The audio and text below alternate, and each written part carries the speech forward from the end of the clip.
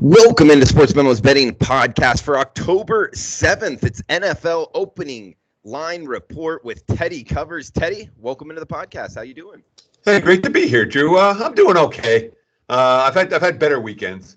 A little bit of a frustrating weekend. That being said, it certainly wasn't a disaster. It was a kiss your sister. I think I lost one more game than I won, which was frustrating. Definitely frustrating because I had a couple of ones that came down to the wire and didn't get there. That being said, buddy, we're in action for Monday Night Football tonight, and we're looking to. We've been pretty good on Monday Night Football this year. Looking to keep that rolling, and obviously looking to do better than kiss your sister on a week in, week out basis. But we can't complain when we don't win all the close games, and we didn't win any of them this weekend. Every winner that I had pretty much was the right side, and I couldn't get the coin flips to go in my direction, which is frustrating. But nonetheless, Monday morning, man. I mean, there are going to be weeks that you don't win your coin flip games, and this week was one of them. So we'll see if we can do a little better this week and make sure it's all right sides. We had a good handful of them this last weekend. All right. Monday morning. Happy Monday morning to everyone out there.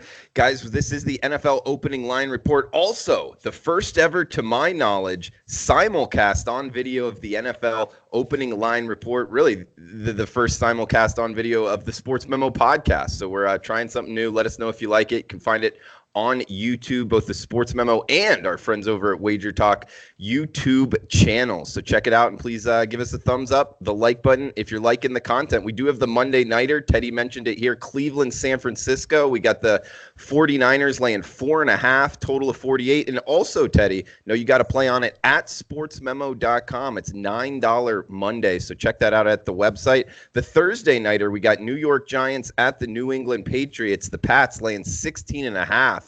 in Gillette, 44 the total. So throw it to you for the Thursday Nighter, and any quick thoughts on the Monday Nighter? Yeah, I mean, this Monday night line has been bouncing 4.5, 5, 4.5, 5 all day. I've obviously a bettable opinion on the total in this one that I'm down on. The clients are as well already. If you want to get that pick right now, as you mentioned, you can get it for just $9 on $9 Monday at sportsmember.com. I do have an opinion on the side. I'll tell you what, as San Fran continues to steam, I'm continually interested in the Cleveland side of this ball game. You know me, I'm a Browns believer. I've been talking about that on the podcast from day one this season. And San Fran has been feasting on the week. We'll talk about feasting on the week when we go to our next game. But I think the 49ers in this contest, I think Cleveland gives them a game. And if I had to take the side, I would take the Browns plus the points. I just think the total is the better of the two wagers. That's why I'm involved in it.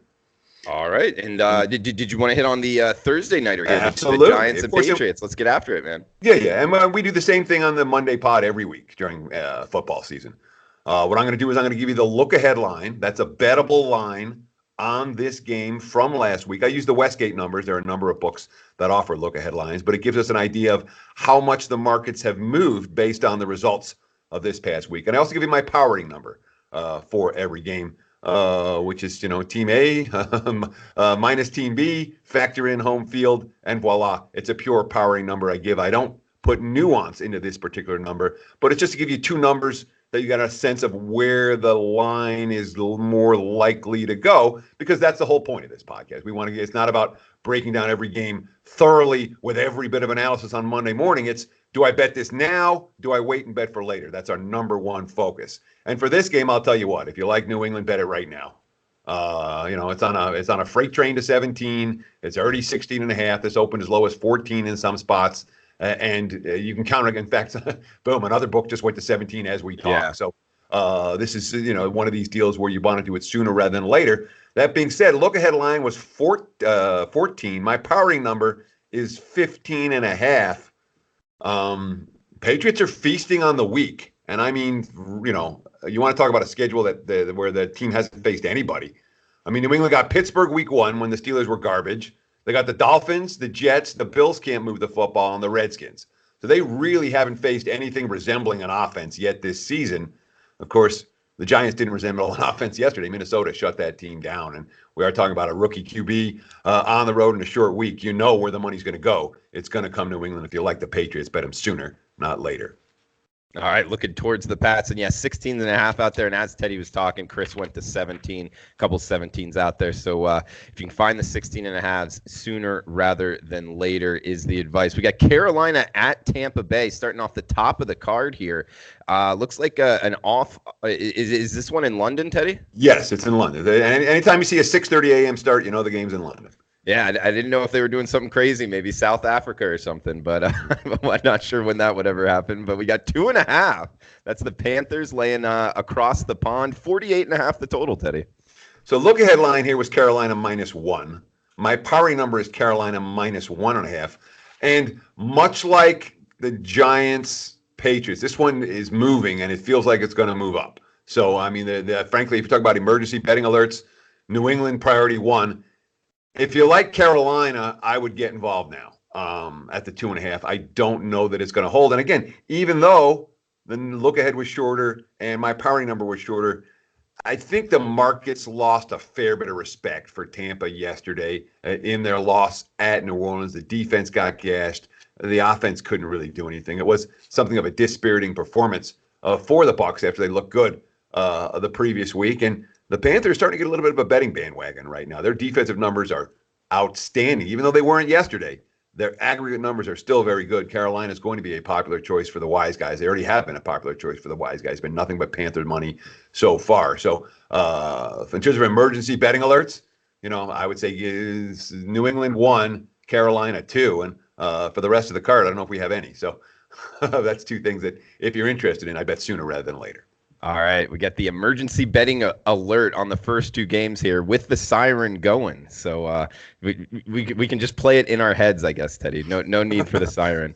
You got to get some sound effects for us, man. You got to be over there, hitting those sound effect buttons. So we go wee. Exactly. All right, I'll work on that. We got the video this week, maybe the sirens for next week. Also, Teddy, wanted to ask you kind of a question here. In your opinion, are these London games working? Are they generating a bunch of interest and money? Because we just saw the Raiders shoot over there and play well. In your opinion, is this a good thing for the NFL? Let's define good thing. The NFL is only interested in money. Okay, that's why we have Thursday night games. It's a crappy product on Thursday night. We still have it. Right. The NFL making money off London games? Yes, they are. Are they interested in having a franchise in London? You bet they are. Is it ever going to happen? I don't know.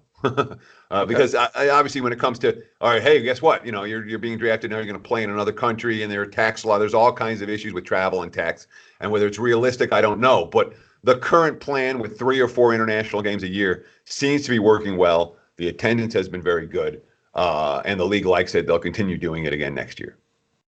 Good stuff. Teddy covers. We got Cincinnati at Baltimore up next. This is the start of the regular slate here, 10 a.m. Pacific games. We got Baltimore laying 11 to 12, depending where you're shopping. Mostly 11.5. We'll call the consensus number here. 48.5 the total, Teddy.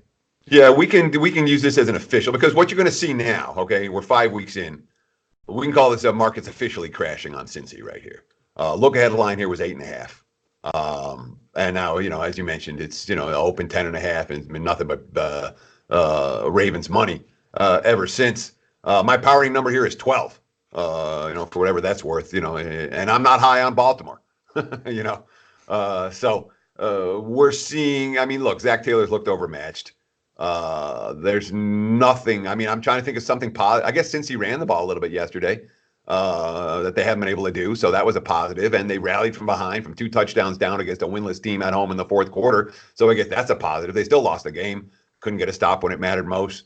We're not likely to see much Cincinnati money this week, which tells us, again, the money's already come on Baltimore. I don't think it's going to skyrocket here because even with the Ravens off back-to-back losses, Baltimore's defensive statistics are not pretty right now. And we saw, a third-string quarterback come in yesterday and just pop down the field against that Ravens defense. It's not a let's lay double digits with this team type of D right now. And Lamar Jackson made a bunch of bad decisions yesterday. So I would think this is going to be one of the lesser bet games of the week if I were a betting man. And, I am a betting man. Yeah, this is not going to be a game that I would anticipate seeing a ton of action. Teddy, next game up, we got a limited marketplace with Cleveland playing tonight. Seattle at the Cleveland Browns. Looks like the Browns at some shops laying anywhere between 1.5, 2, mostly 2s. 47 the total, Teddy. Yeah, look at line here. Cleveland 2, my powering number. Cleveland 2.5. If the Browns win tonight, this game could come 3. Although, Seattle beat LA last week. I honestly think that Browns win or lose, this line's going to come 2.5. We might see a 3 if they look really good. But all we have now obviously is the early number because Cleveland hasn't played yet. Teddy, we got Houston at Kansas City up next. The Chiefs laying 5 or 5.5 in Arrowhead, 55.5 or 56 being the total. And this is a big adjustment. Of course, some of that has to do with Patrick Mahomes, but look ahead line here was KC minus 8.5. I downgraded KC off yesterday's loss. That's a banged up football team right now. My number is 6.5. The market's all the way down to 5.5 on this ball. There's a 6 here at the Westgate in Vegas, but it's 5.5 would be the prevailing number in this one. And KC was beaten up at the line of scrimmage last night, and that is not something we're used to seeing. And their skill position talent, again, the whole idea is Mahomes got all these guys that are weapons in the open field. They don't have weapons in the open field right now. Chiefs are really banged up in terms of their receiving core. Deshaun Watson kept his uniform pretty clean yesterday and had a monster day against a Falcons secondary that's pretty bad. KC, they've got defensive injuries as well. A couple of defensive tackles got hurt yesterday, a couple of defensive linemen, I should say, and one of their cornerbacks, one of their starting corners. So that Chiefs injury report is not looking good. If it looks bad, we'll see Houston money. Again, look ahead line here was 8.5. The market's down to 5.5. Some of that respect for Houston off their nice performance, some of that disrespect for KC. Remember, the wise guys have been betting against KC consistently. But more than anything, this has to do with that injury report for the Chiefs. It's not a pretty one. And we're seeing 5.5s. Teddy, just 2 quick questions here. For any kind of newer bettors out there, do you recommend any places to go check that Kansas City injury report that are reliable? And also, how low do you think this number can go if, let's just say, the majority of guys that are banged up don't play? You're not going to get any good injury information on a Monday morning. It's just not available. When they get back to practice, we'll know who practiced and who practiced in full. And that information is widely available. But Monday morning, it's all question marks. There's Right. no way to know. What was the other question you asked? Let's just say, the majority of guys that are quote unquote banged up don't play. How low do you think this number for the Chiefs can go? Can it go to 3?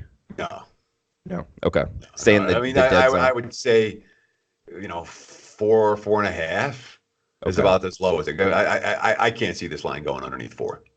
Okay. Next game up, we got. If Mahomes plays, if Mahomes doesn't play, it's a whole different story. And he's, the official word is questionable. If Mahomes plays, this line's more likely to go up than down. Regardless of the other guys, that's the importance of the quarterback, huh? Well, Mahomes is a pretty special player. No argument here. We got 259, 260 up next. Real quick. Behind Mahomes, if memory serves correct, I think it's Chad Henne. And that's a pretty big drop. Your Michigan friend, Chad Henne. He was no friend of mine at Michigan. He cost me money. We got New Orleans at Jacksonville up next. Looks like a pick'em price here. You can find ones on either side as we're speaking right now, Monday morning. 44.5 the total in Jacksonville, Teddy. Look headline, Jags -1. My powering number, Saints -1. Let's give New Orleans some credit, man. They beat me yesterday. Teddy Bridgewater was as good as I've ever seen him play. He even said that was one of those games, but everything was working for New Orleans offensively yesterday, and Tampa just couldn't keep up. And defensively, the Saints have been impressive. That being said, Minshew mania is real. And again, we saw it yesterday. They didn't get in the end zone, but it's been 3 times on the road that Gardner Minshew, as a rookie, has been facing a 1-score deficit in the fourth quarter. And 3 times on the road, he's taken his team, they got 1 drive, and his team's been, twice they scored touchdowns. Yesterday, they were taking shots at the end zone before they got stopped on that final drive. But, we have to give the Jags credit for that. Saints off 3 huge games. I think the market's reacting to that. But, again, the powering number here that I've got has New Orleans as a favorite, and I would be surprised if the Saints go off as dogs in this one. So, again, the markets aren't very high on New Orleans right now. I would think after yesterday's win, maybe they'll see a little bit more support, but there was steady wise guy money against New Orleans all week last week. And, my gut says that Saints take money here, but given the way the betting markets acted last week, I'm not convinced of it.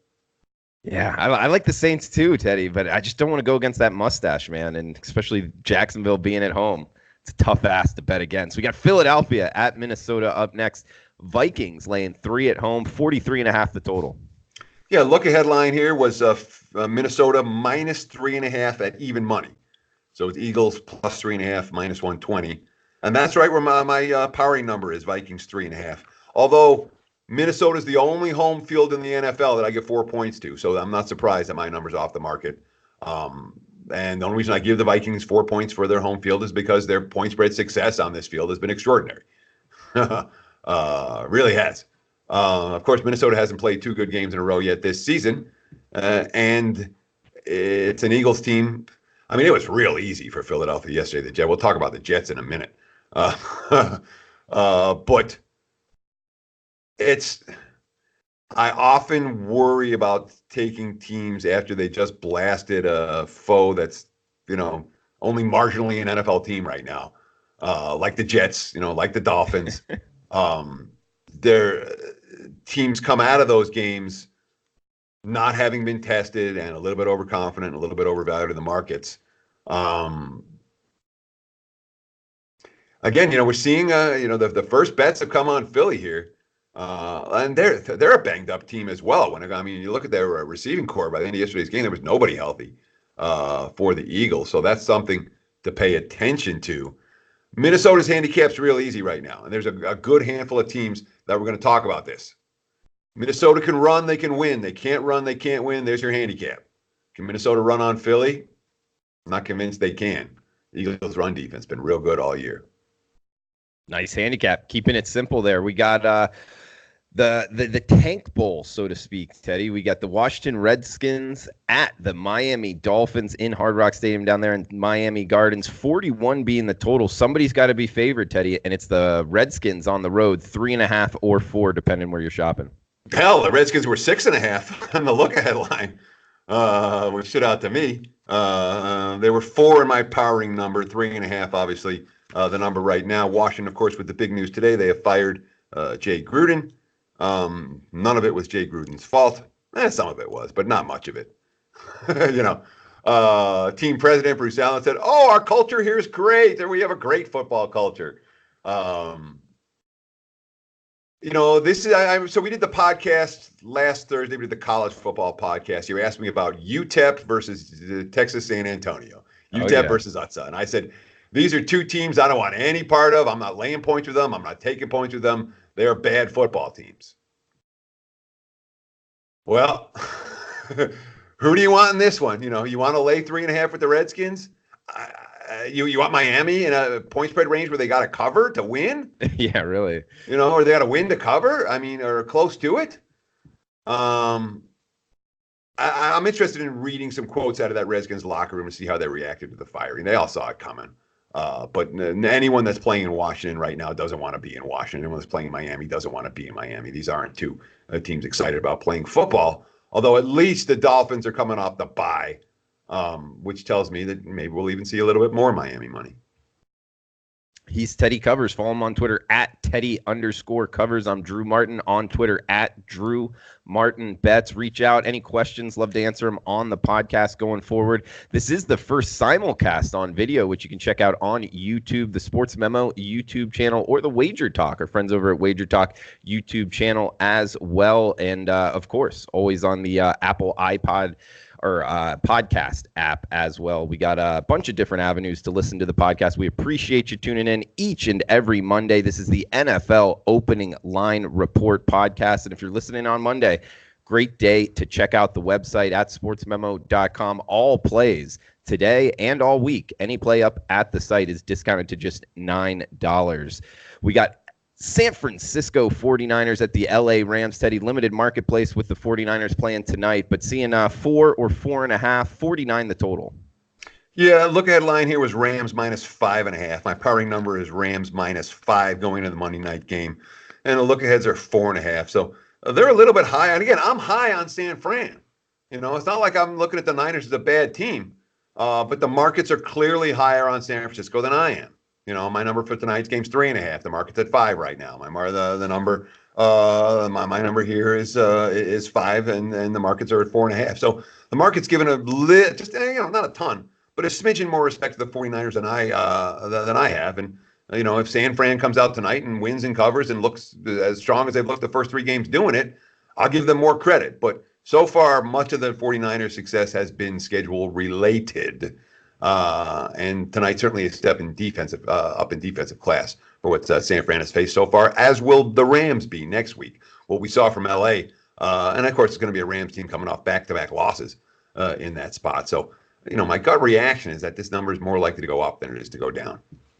Teddy, we got Atlanta at Arizona up next. This is another one, tricky handicap. We got the Falcons laying a number on the road, seeing 1.5 or 2, 52 the total.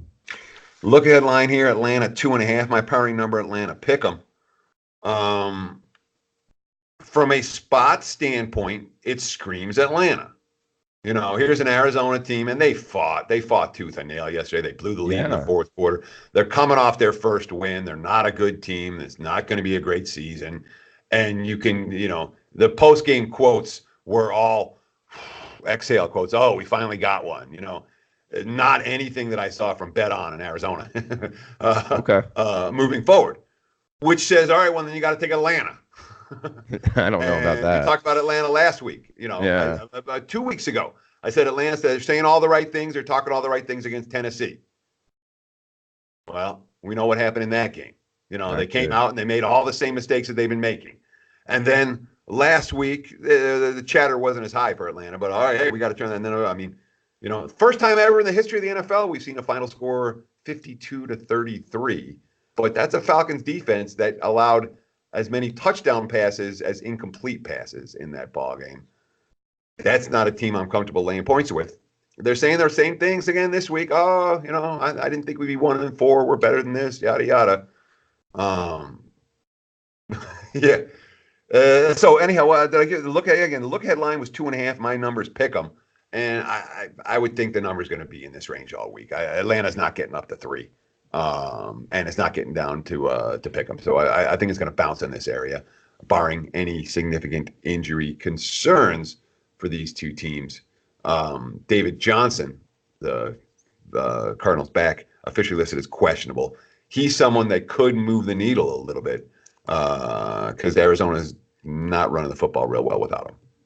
Teddy, that just speaks to it. It preaches, Atlanta's defensive line and the issues they're having getting a pass rush, Teddy. As many touchdowns as incompletions, it's tough to win in the NFL with stats like that, man. Yeah, it's not just their defensive line. Their secondary is all abysmal, too.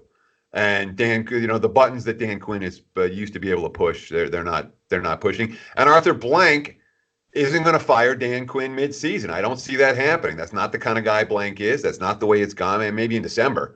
But Quinn's. Blank. You live in Atlanta. Yeah.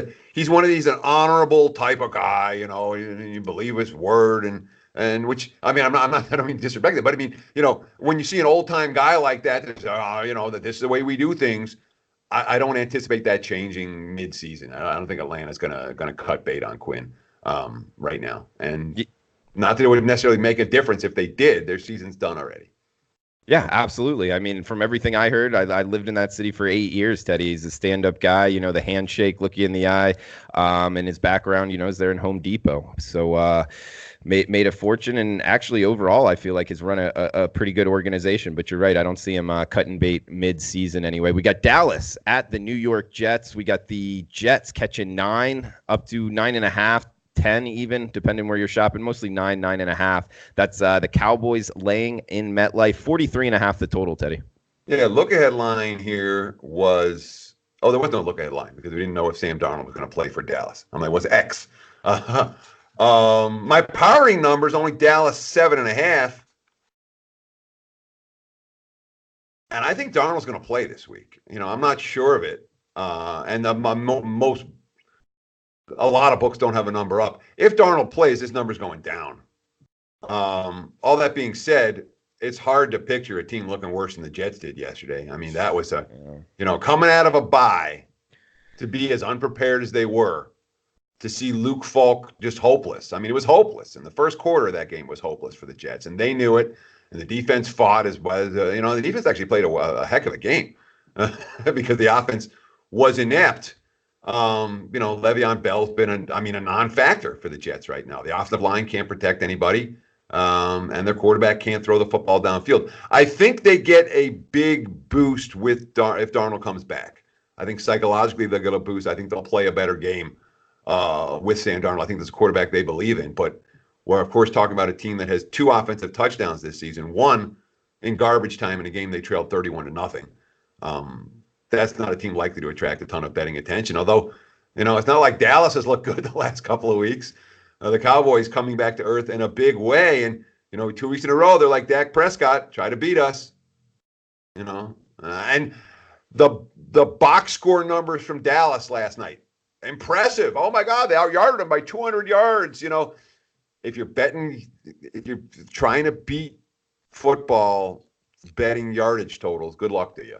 But coming out of that game, the Cowboys' stats are going to look better than the team actually was because they just out-yarded a good team by 200 last night because they were playing from way behind all game and chucking the football around and having success doing it.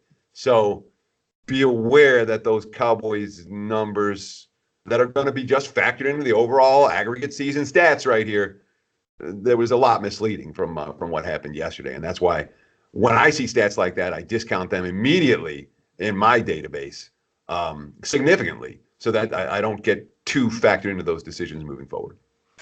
He's Teddy Covers. He's 55% in the NFL and college football combined this season, 58% overall last season on over 130 plays in NFL and college football in 2018. His 5% plays year to date are hitting at a 67% clip at sportsmemo.com. And my favorite stat here, Teddy, last 5 years, 58% in the NFL. That's 187 and 137, 58% NFL last 5 years, one of the best in the business long-term there. I appreciate that, Drew, but I realized at the top of the show, I was like a kiss to your sister. I lost in the NFL yesterday, so I lost this week. Great long-term record, but I lost last week, and that's why, people are interested. What'd you do last week? I didn't win last week, but sometimes, we'll just leave it at that.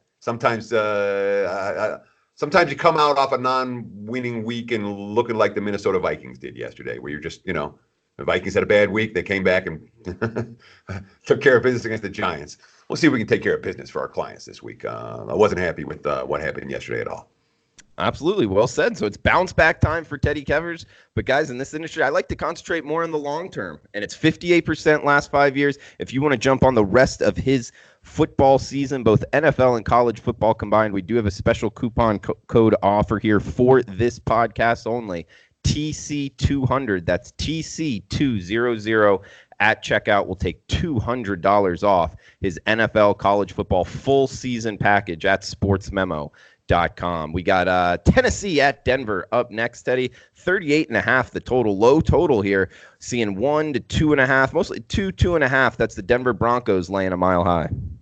Look ahead line here. Denver -1. My powering number, Denver. Pick 'em. So I'm a little bit higher on Tennessee than the markets are this week. Realistically, I mean, look, okay, we just talked a minute ago about, or a few minutes ago, I'm like the Eagles, or the Vikings, I say. The Vikings can run, they can win. If they can't run, it's going to be really hard for them to win. That's the Titans, man. That is absolutely the Titans. When this team can run, they can win. And if they can't run the football, they're going to be in trouble. And that was the case, this week. They couldn't run the football against Buffalo. And Mariota's, the passing game is just not good enough. Even with Taylor Lewin back, Mariota was under pressure. Mariota holds the ball too long. They have to run to win. Denver, 2 weeks ago, just got gashed by Leonard Fournette. It was embarrassing at home. Then this last week, they came to play against the Chargers. That's as good as I've seen the Broncos play by far this year. And they still were. Denver ticket, they're hanging on at the end. It's Flacco with the lead. This is not a team that the Broncos plus points makes sense. The Broncos minus points is not necessarily so easy, especially, again, being that the markets have reacted significantly to Denver's victory here. I don't see this line going to 3 for what it's worth. And I wouldn't be surprised at all see if this total's already been bet down. I wouldn't be surprised if we see a little bit more. Teddy, we got the Sunday nighter, Pittsburgh Steelers at the LA Chargers. Not the San Diego Chargers, the LA Chargers, Teddy. 6.5 at home, 41 the total. Yeah, I don't know yet if Mason Rudolph's going to play. He's going to be in concussion protocol all week. I don't think that I will take the Steelers with a third string QB. And if we do, the markets will, I think they'll react accordingly here. Look headline here was 6. My powering number, look headline here was 5.5. My powering number is 4.5. Anthony Lynn was pissed off after yesterday's game. For what it's worth, he's not a guy that gets mad real often, and he was mad. So one would expect the Chargers to show up next Sunday night. But the more I watch the Chargers, I mean, again, their 2 wins this year came against the Colts in overtime, that was a battle, that was a coin flip, and they beat the Dolphins. I'm not convinced the Chargers are as good as advertised, and nothing that I've seen on the field is telling me they're as good as advertised. So as to whether this line gets to 7, it could get to 7. Obviously, it will be at 7 or higher if the Steelers are down to their third stringer at QB. But, it's not like the Chargers have been an easy team to lay points with. But it is, in theory, a max motivator spot. But Pittsburgh will have plenty of support in that crowd. Don't forget. It's not like the Chargers' home field. They have one of the weaker home field edges in the NFL these days, and that showed again yesterday. He's Teddy Covers. We got 1 game left, guys. Remember the podcast coupon code here, TC200 at checkout for his full season NFL and college football. It's already discounted on the website, sportsmemo.com. But when you're checking out, use coupon code TC200 at checkout for an extra $200 off his full season. 58% NFL last 5 years, hitting 55% this year, 58% combined last year. So check it out at sportsmemo.com. Coupon code TC200 at checkout. Teddy, next week we'll be able to quick hit it. Detroit at Green Bay, the Monday nighter. But any look aheads here? 47 the total, 4.5. That's the Packers laying in Lambeau Field. Look ahead line, Green Bay -6. My powering number, Green Bay -6. But if you look at that statistical profile, the Lions defense on paper looks really good. Green Bay finally got out of their own way offensively yesterday in that win over Dallas. I would anticipate this is going to be a sharp square divide game. The Joes will be on Green Bay minus. The pros are going to be on Detroit off the bye plus. And oftentimes the action between those two cancels out. Whatever. The pros control the line far more than the Joes do. But when they're getting pro action one way and the Joe action the other way, the markets don't move quite as much as when they're both lining up on the same side. So I would think this line is more. I don't know. The square books will go up. 4.5 low. The books that cater to recreational bettors more likely to go up here. Not the wise guys, though. And, of course, the Packers injury report isn't a pretty one. And Detroit, where that's trying to repair, coming off that loss to KC, confidence-inducing loss to KC, positive quotes out of that team off of that game. But the loss to KC and then the bye. And the Lions still haven't played a full 60 minutes of football yet this year where they played well. He's Teddy Covers on Twitter at Teddy_Covers. We'll have him back on later in the week on the college football Every Game on the Board podcast, posted by Thursday. We'll have the first segment up on Wednesday. Teddy, great job as always. Anything else you want to throw out before we shut this down? I want to say thanks for taking time out of your busy day to hang out with Drew and I. We appreciate it. And, of course, visit the website, sportsmemo.com. He's Teddy Covers. Thanks, Teddy, for the time. And, guys, best of luck with your bets. We'll be back tomorrow.